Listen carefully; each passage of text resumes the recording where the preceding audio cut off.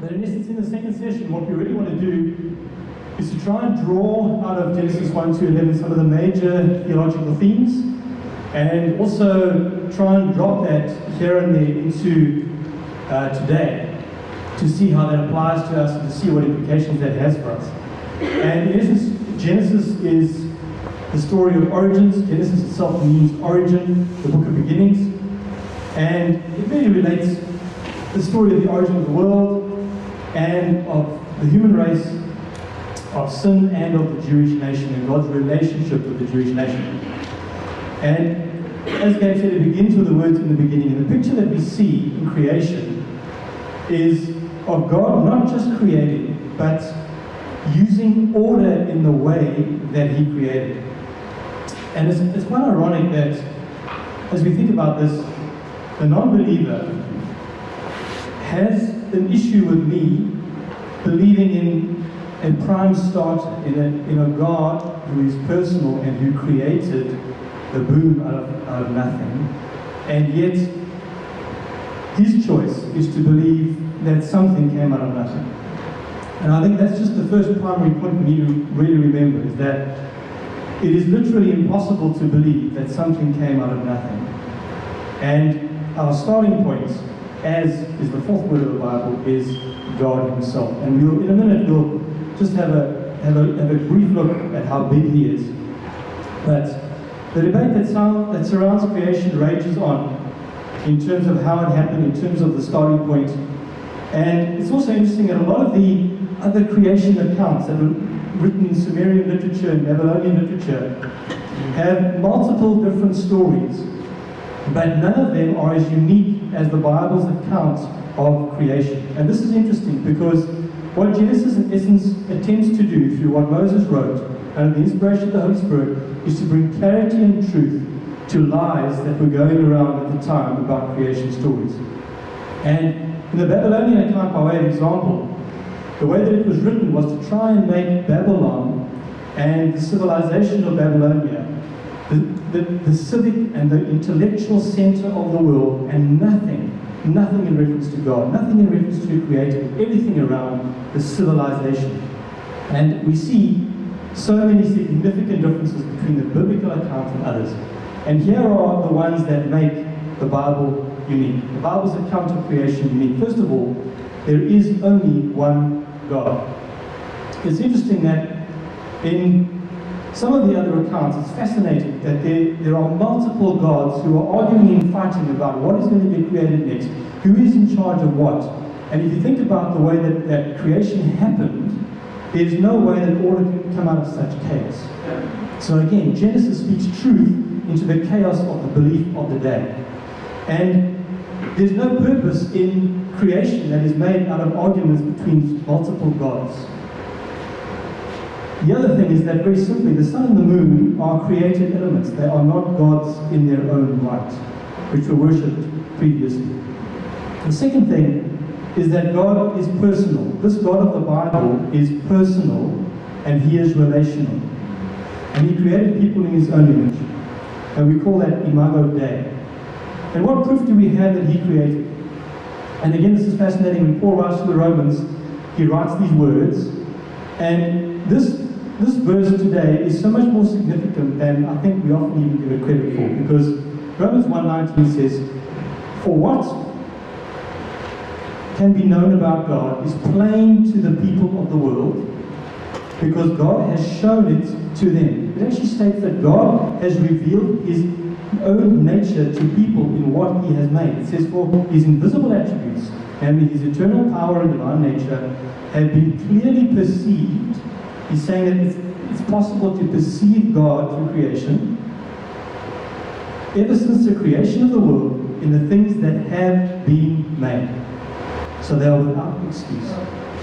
So our simple starting point is that what God created speaks to the Creator in essence, telling us who He is and what He has done. The reason why this is important right now is that the action around climate change is causing new and incredible polarized divisions in the world.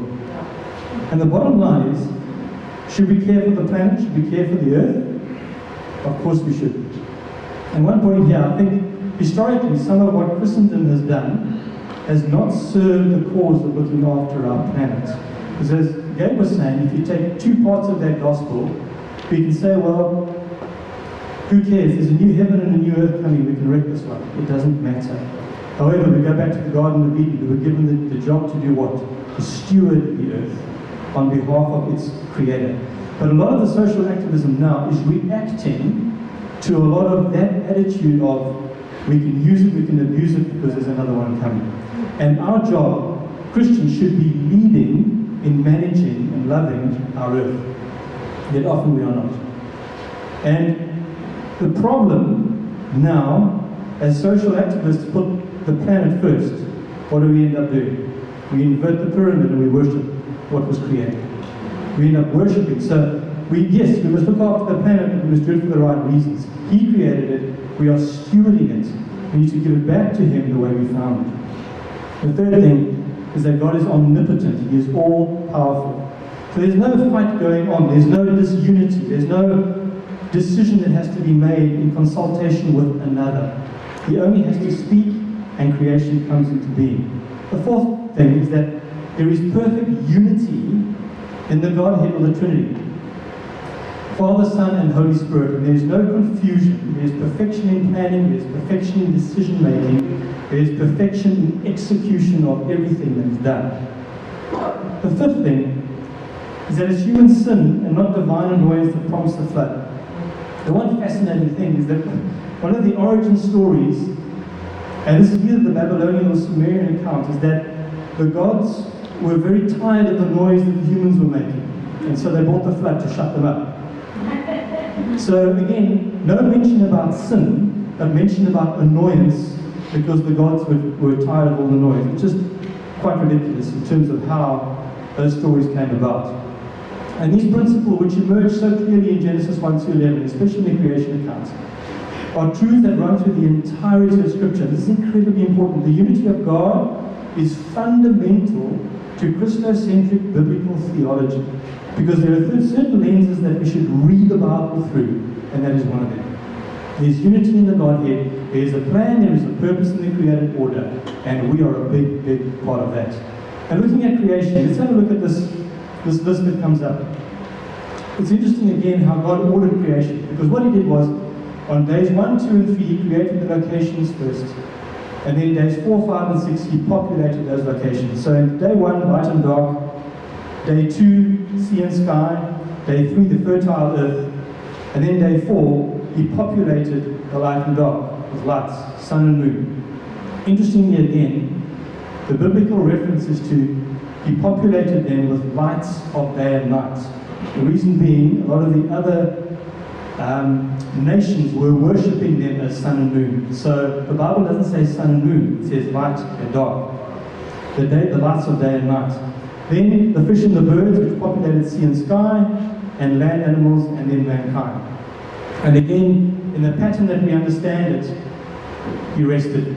God didn't need to rest, but He chose that as a model for us. And now, when we attempt to make sense of these verses in the light of science and interpretive considerations, some questions immediately come to light. The first one is, what kind of days are mentioned, and what do they mean in terms of the created order?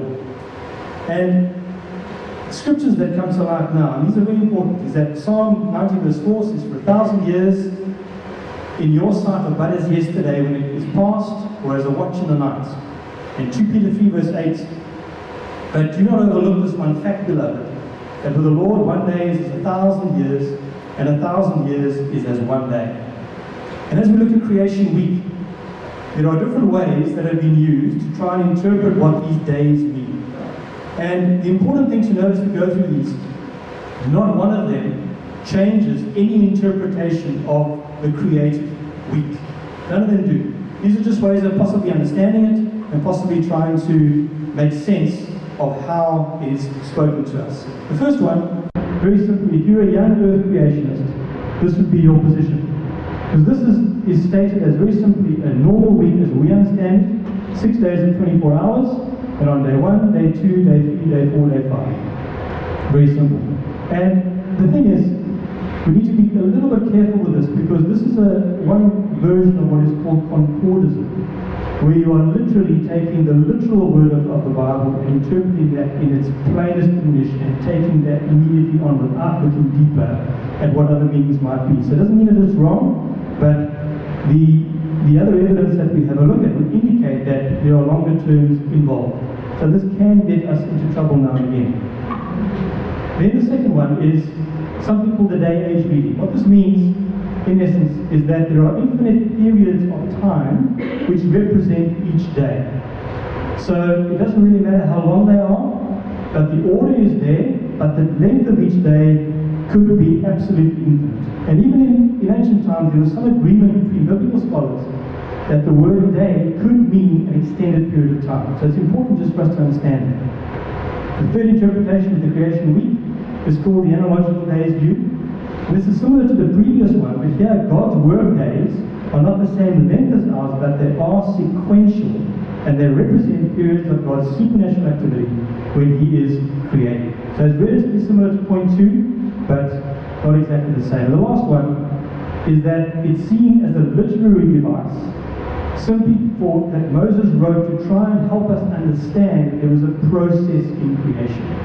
And this final view is called the literary framework view. And very simply, Moses used the analogy of a week to say God created, this is what it looked like, and time and place are not ultimately relevant. The important thing is simply God created. And no matter which of those four we choose, I think the important thing is for us to understand is that God created and He spoke. Those are the most important things. Then another question that we would look at, were all species created as they are now? And I think just a simple comment there, if you look at Adam and Eve, God created Adam and Eve as adult people who would then assume that as He created animals, as He created fish, everything was, in essence, created in an adult form because reproduction was unable to happen after that. So that would be the logical answer to that question. Were Adam and Eve real people? All people descended from them? Of course, the first question, and this is where people sometimes get stuck. They say, who did Cain and Abel marry? Good question. So, good question. The answer, yes. They married.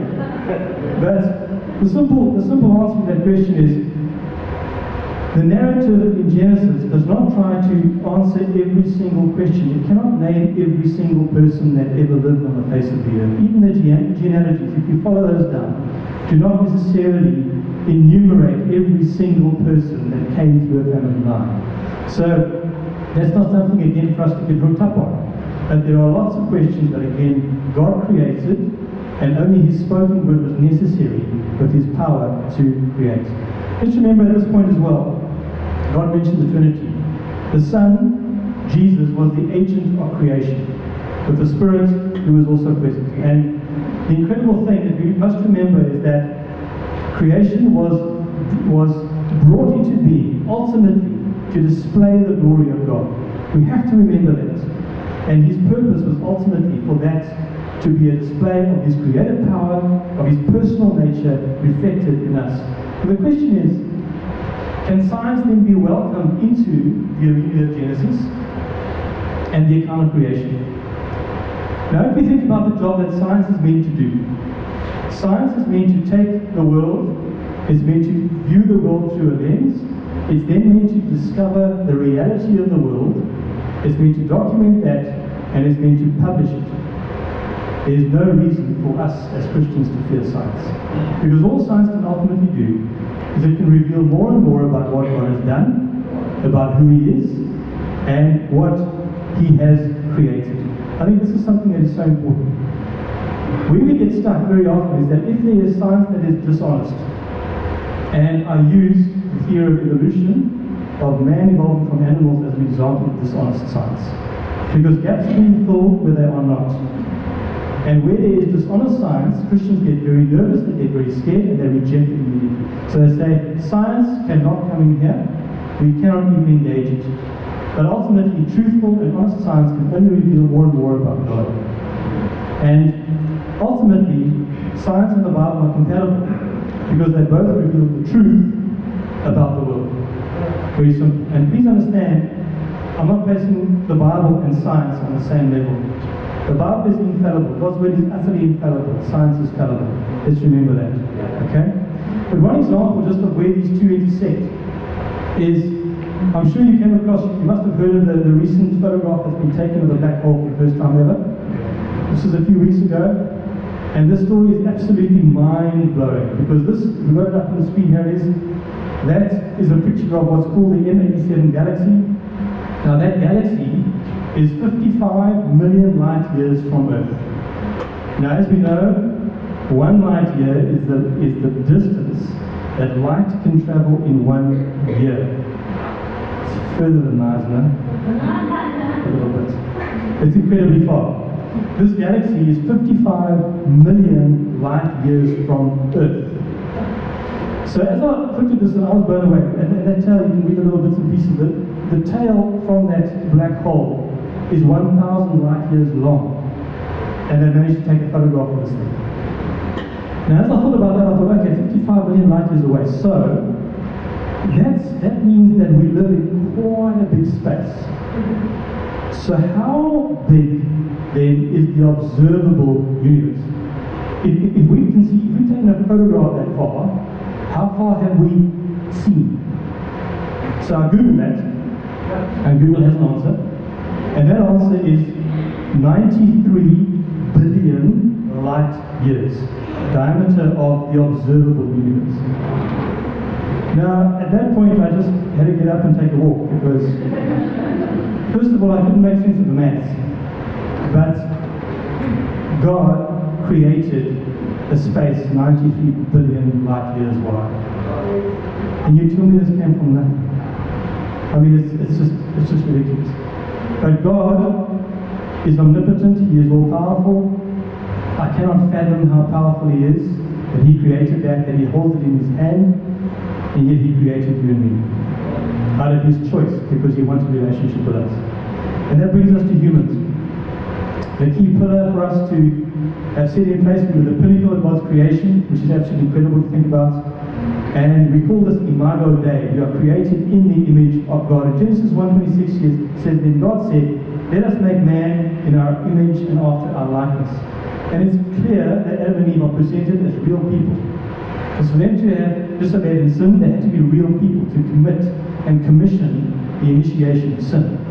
And their role in the story implies that they were seen as the headwaters of the human race. And the image of God distinguishes them from the animals, and it's a special bestowal of God. It's not a natural development, it's something that God breathed in and over Adam. And what does it mean, if you think about it, to be created in the image of God? The interesting thing also in the Genesis account is that day 6, when man was created, is much longer than the days of creation in terms of the narrative. And the first thing I believe that means is that we are relational. So we express God's image in a well-functioning human community, in marriage and in friendship. God is primarily relational. We're going to touch again on this a bit later. The second thing is that we are spiritual. When Genesis 2 verse 7 says that God breathed life into Adam, it was physical, it was mental, and it was spiritual life. He breathed spirit into Adam, which again separates us from the animals. My daughter always says to me, is Ozzy going to be in heaven? Ozzy is our little toy poo. He's tiny. And sometimes I want to kick him over the poles just to get 3 points. But is Ozzy going to be in heaven? I can't answer that question, but I can tell you Ozzy doesn't have a spirit, because life was not breathed into the animals. Sorry for those who are offended. But man is different from the animals because God breathed spiritual life and cognition into Adam. And man was given the garden to tend and keep, and the creation of man, again, as I said, was the pinnacle of his creation. Thirdly, we are image bearers of the ruler. This is important because this is the key to the stewardship. We are meant to walk around the earth and rule it the way that God sees it and the way that God created it. It's a very important bestowal, which again they chose to reject, which we'll see a little bit later. And God appointed us ultimately to be his co-regents on earth. And our capacity for reason, language, moral judgment, rationality, and association for arts and beauty are the things, again, that differentiate us from the other portions and parts of creation. The thing is, the concept of people versus the rest of the created order is that the concept was unique in the ancient Near East. The interesting thing is that the other pantheon beliefs all said that creation ultimately and nature is the divine thing. But Christianity said no, man and woman are created separate from that, and therefore they are not the same as the created order. And again we see that as God creates Eve, he brings her to Adam, and what Adam sees in her ultimately is the representation of the most intimate of human relationships. And in that, we see the beginning of marriage and the fact that, very simply, and again, this is an incredibly contentious thing these days, that heterosexual monogamy is God's order and design for human flourishing.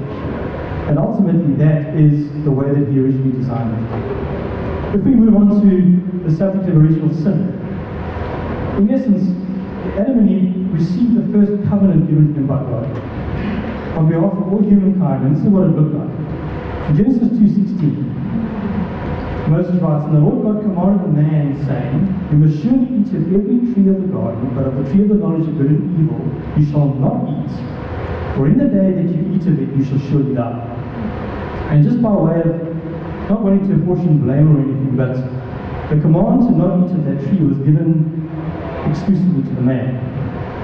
So men, I think we need to just man up for our part in this mess.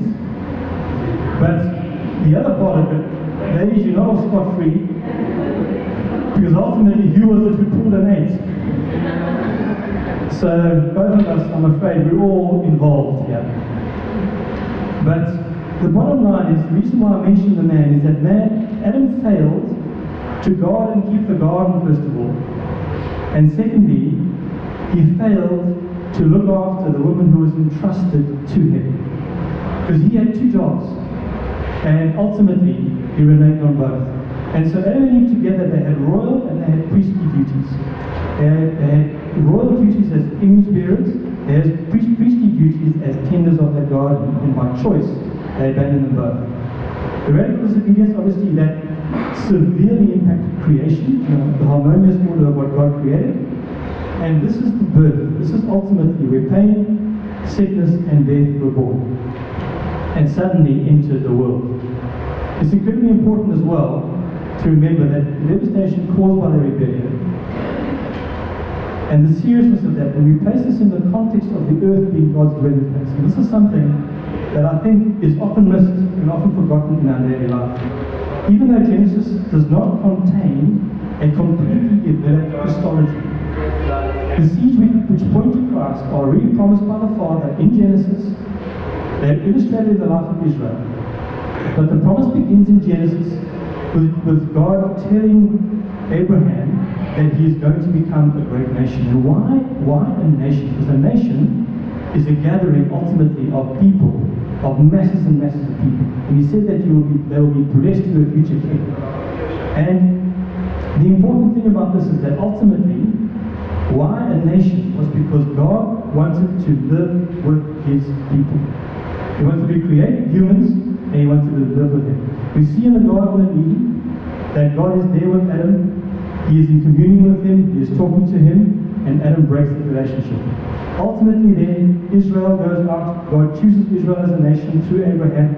They go into the desert, and God says to them, build the tabernacle. I want to dwell with my people. The tabernacle is built. Ultimately, that thing goes on, they wreck that again. And then Jerusalem becomes the place where the Israelites, the capital of Israel, and God again says to Solomon, build the temple because I want my presence to be with my people. Again, then in AD 70, the temple gets destroyed. And then Jesus, before that, arrives, and Jesus ultimately is the presence of God the Father with his people. When Jesus leaves, he births the church. And within the church, through the presence of the Holy Spirit, God is dwelling with his people again. And ultimately, that story Agape started in a garden, is going to end in a city. Because at the end of this, we have a new heaven and a new earth, a new Jerusalem, a new city of God, where God will dwell with his people. And ultimately, God's design in creation is to live with a priesthood of believers, which is you and me. Isn't that absolutely amazing? And his covenant that he started right at the beginning will not stop, will not change, will never ever be thwarted, because God will live with his people. No matter how disobedient they've been, no matter how many times they rejected him, he will live with us. I just think that's a beautiful, beautiful promise. And ultimately, back to the Garden of Eden, when we talk about original sin, it's very important that we understand this concept. It's fascinated me, and I've seen this in real life as I've had my own kids. I never have to teach them how to lie. I never have to teach them how to cheat. I never have to teach them how to blame each other, because it comes naturally to it. Why is that? No one's taught them how to do that, but he did it. I didn't start it because it was immediately the blame game begins. But I have to teach them to tell the truth. I have to teach them not to lie. I have to teach them to love each other.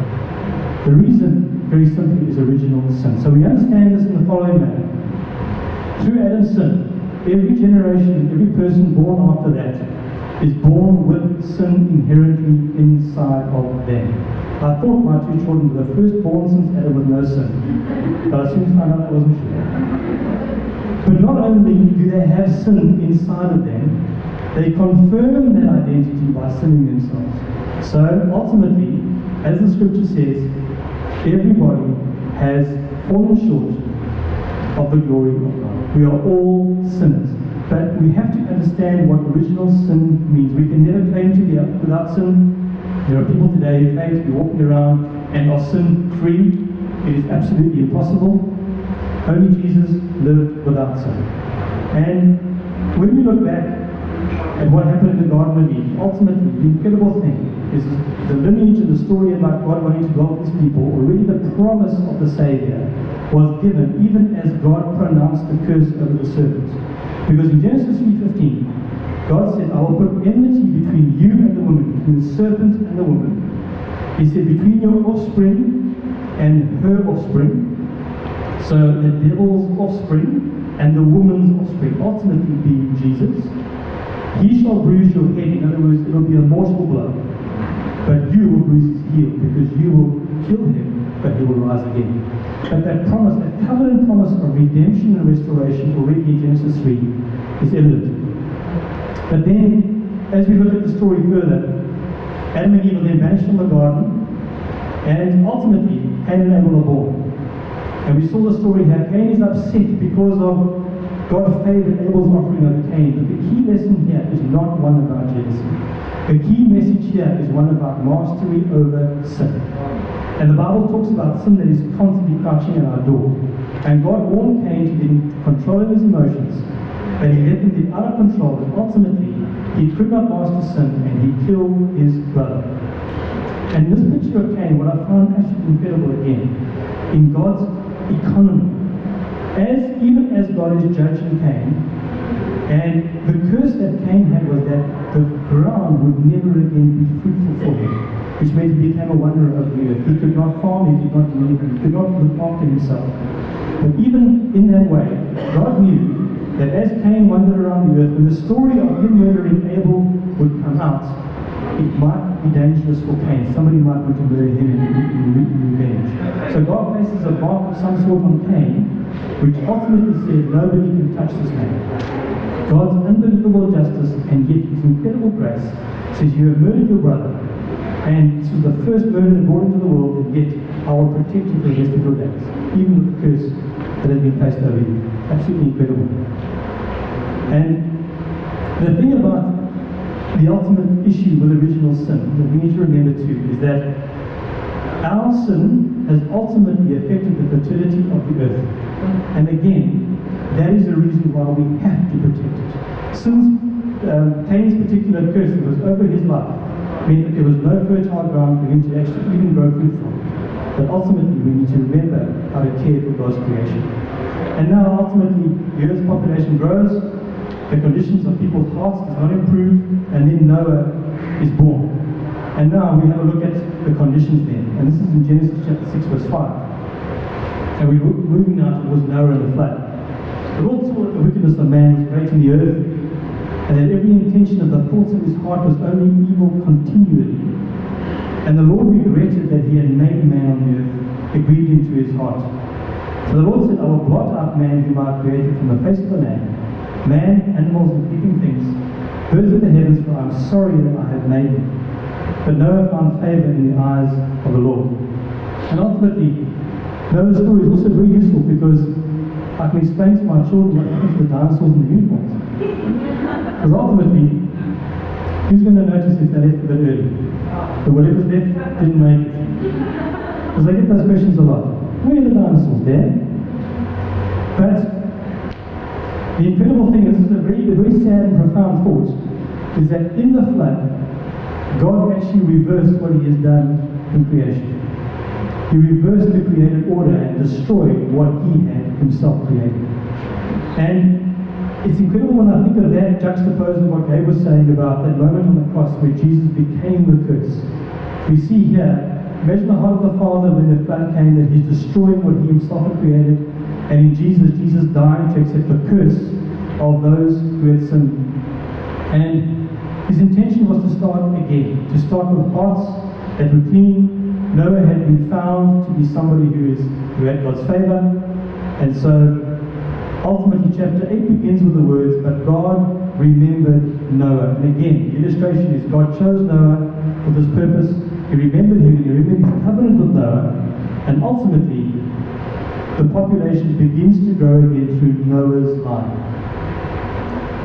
365 days odd, it was about a year that they were in that boat. When Noah comes out of that onto dry land, the first thing he does, he builds an altar, he offers sacrifices, both as an act of gratitude for divine deliverance, but also as an act of atonement. And I think this is an incredible example that Noah had, because what he did was he understood what had happened.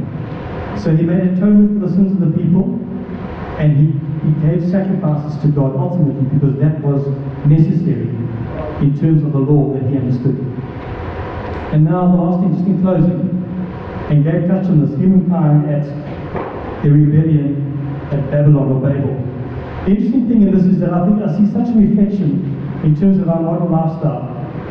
When the Bible talks about the level of wickedness and sin that was happening around the time of the flood, I really sometimes think that today is much, much, much worse.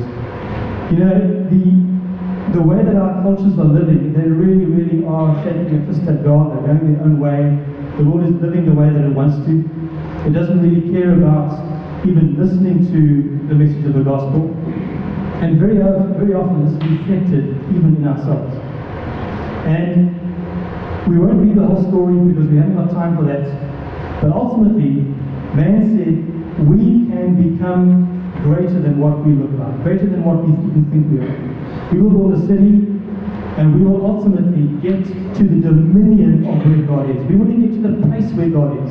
We ultimately want to be God. And their pride and ambition is expressed in three different ways. The first one is simple self-centeredness. And I think this ultimately is an incredible expression of life today. And 5 times in the story we read the word us or ourselves or we. The second one is the desire to build a tower which will ultimately reach to where God is. Because it's not good enough for them to be subservient, it's not good enough for them to be humble, but the society itself wants to do its own thing. Today, with genetic modifications of food, and today with the kind of artificial intelligence that is happening around stem cell research, there is some incredibly scary stuff happening in the scientific and biological areas where people are trying to play God. And I find it absolutely incredible at the advancements that are happening, and you almost sometimes think, what is God going to do about this? At what point is he going to step in and actually stop some of this? And I'm not saying medical research is a bad thing, but when it becomes to designer babies and stuff like that, it is absolutely terrifying, where they are messing with the actual DNA of what God has put in place, biologically and reproductively. We start to get into areas which can be seriously troubling. The third thing is the attempt at self-glorification. Again, this is the pride that rises up. And the actual words are, let us make a name for ourselves. It's not good enough to live under a loving God. And they did this, as Gad mentioned, to avoid being scattered over the earth. But again, God turns that around, twists it, and says to them, I will use your pride, I will use your arrogance to advance my agenda. Confuses language, and ultimately, that brings his first command, be fruitful and multiply and cover the earth. And ultimately, it comes to fruition. So, we've rushed through that, but those are some of the greater theological themes, and I think ultimately, the important thing is for us to remember who God is, what he has done, how big he is, and for us to remain humble in the light of the gospel and the light of what he has done. And remember the greatness of the salvation that he has brought to us, starting with Adam, through the second Adam, Jesus, ultimately to where we are. Amen.